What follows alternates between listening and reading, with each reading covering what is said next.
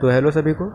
SSC 2024 के ancient history में से जितने भी क्वेश्चंस आए हैं उन सभी की अब मैं एनालिसिस करके आपको बताऊंगा कि कौन सा मोस्ट इम्पॉर्टेंट टॉपिक है जो इसमें आपको पढ़ना चाहिए। तो जैसा कि जब भी हम कभी एंशिएंट हिस्ट्री पढ़ते हैं एसएससी सीजीएल के लिए, तो उसमें हम सबसे मोस्ट इम्पॉर्टेंट टॉपिक जिसको चुनते हैं, जैसे कि इंडस वैली सिविलाइजेशन हो गया, वैदिक पीरियड हो गया, शुरुआत हम यहीं से करते हैं, राइट। तो जब मैं क्वेश्चंस को सेट कर रहा था एसएससी सीजीएल 2024 के जितने भी क्वेश्चंस आए थे, उसमें मेरे को एक बात जिसने मुझे बहुत ज़्यादा शॉक में डाल दिया वो ये था कि इंडस वैली सिविलाइजेशन से मुझे एक भी सवाल नहीं दिखा किस इसमें एसएससी सीजीएल 2024 में जो प्रीलिम्स में सवाल पूछे गए थे उसमें एंशिएंट हिस्ट्री के इंडस वैली सिविलाइजेशन से एक भी सवाल मुझे नहीं दिखा। सबसे पहले उसी से शुरुआत करते हैं और इसको मतलब इम्पॉर्टेंट टॉपिक्स में से एक मानते हैं, लेकिन सीजीएल ने धोखा दे दिया। तो और बात करें वैदिक पीरियड की, तो वैदिक पीरियड से भी इतने ज़्यादा सवाल नहीं आए। गिनती के मैंने जब देखा तो 4 सवाल मुझे दिखे हैं, जिसकी मैं अभी गिना देता हूँ कौन कौन से। एक तो पूछा गया था कि वैदिक लाइफ के हिसाब से आश्रम सिस्टम जो होते हैं उसमें थर्ड स्टेज ऑफ लाइफ कौन सी होती है। जैसे होते हैं वो ब्रह्मचर्य, गृहस्थ, वानप्रस्थ और संन्यास। इसमें थर्ड स्टेज जो है वानप्रस्थ, उसके बारे में पूछा गया था। ऑप्शंस उसके ये थे। इसके बाद जो पूछा गया दूसरा वो था कि वर्ण सिस्टम के हिसाब से इनमें से कौन सा वर्ण नहीं है। जैसे कि हमें 4 वर्ण पता है, ब्राह्मण, क्षत्रिय, वैश्य, शूद्र, उसमें से कौन सा वर्ण नहीं था, तो हमें इसमें से देखना था। तो इसका जो सही आंसर है वो समिति जो है वर्ण सिस्टम नहीं है। और मैं वैदिक पीरियड के सवाल तो इसलिए दिखा रहा हूँ क्योंकि इसके सवाल सबसे कम पूछे गए हैं, और इंडस वैली सिविलाइजेशन से तो एक भी सवाल मुझे नहीं दिखा। एक सवाल यह आया था कि ऋग्वैदिक ट्राइब में जो मोस्ट इम्पॉर्टेंट 3 सेक्शंस थे वो कौन से थे, ये हमें बताने हैं। जो कि हमें पता है ऑर्डिनरी पीपल, प्रीस्ट और क्या कहते हैं ये वॉरियर्स, ये थे। तो इसमें पूछा था कौन सा पार्ट नहीं है, तो इसमें जो ऑप्शंस थे वो ये थे, जिसमें हमें पता है प्रीस्ट था, ऑर्डिनरी पीपल था, वॉरियर्स था, क्राफ्ट्समैन नहीं है कोई सेक्शन खास ऋग्वैदिक ट्राइब में। इस वजह से ये इसका सही आंसर हो गया। और इसके मतलब ये सवाल इसमें ये पूछा गया था कि वेल्दी पर्सन को वैदिक टाइम्स में क्या बोलते थे, वो था गोमत।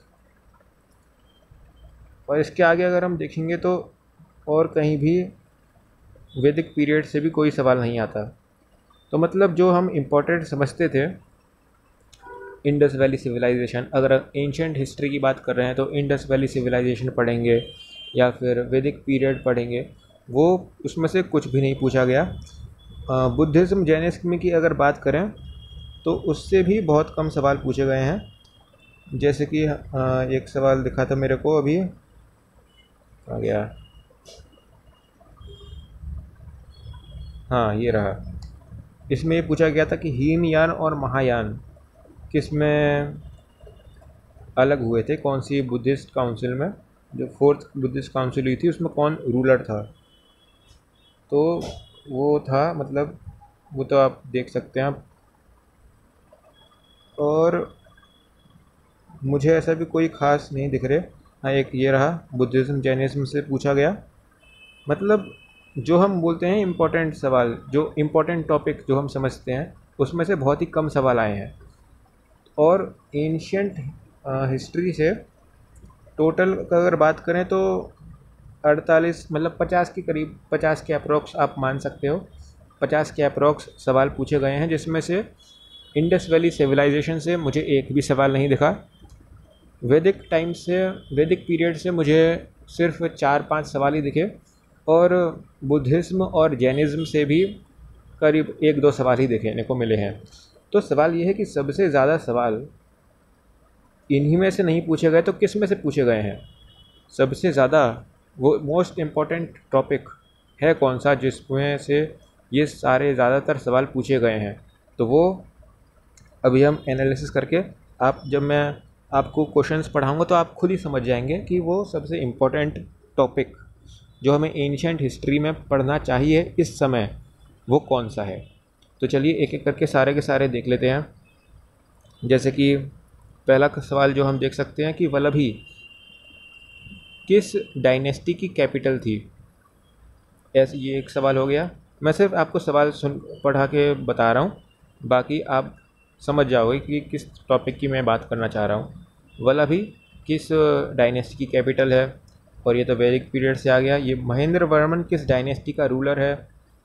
और गिरनार जूनागढ़ इंस्क्रिप्शन किस शाक रूलर ने बनवाई थी? और ध्रुव सेन मोस्ट इम्पॉर्टेंट रूलर किस डायनेस्टी के हैं? और विंध्य शक्ति फाउंडर किस डायनेस्टी के हैं? और मौर्यन किंग्स किस मौर्य किंग को पियादासी बोला जाता था? और एक ये इंस्क्रिप्शन के ऊपर सवाल आ गया। एक डेमेकस ग्रीक एम्बेसडर जो था वो किस मौर्यन किंग के राज के कार्यकाल में आया था?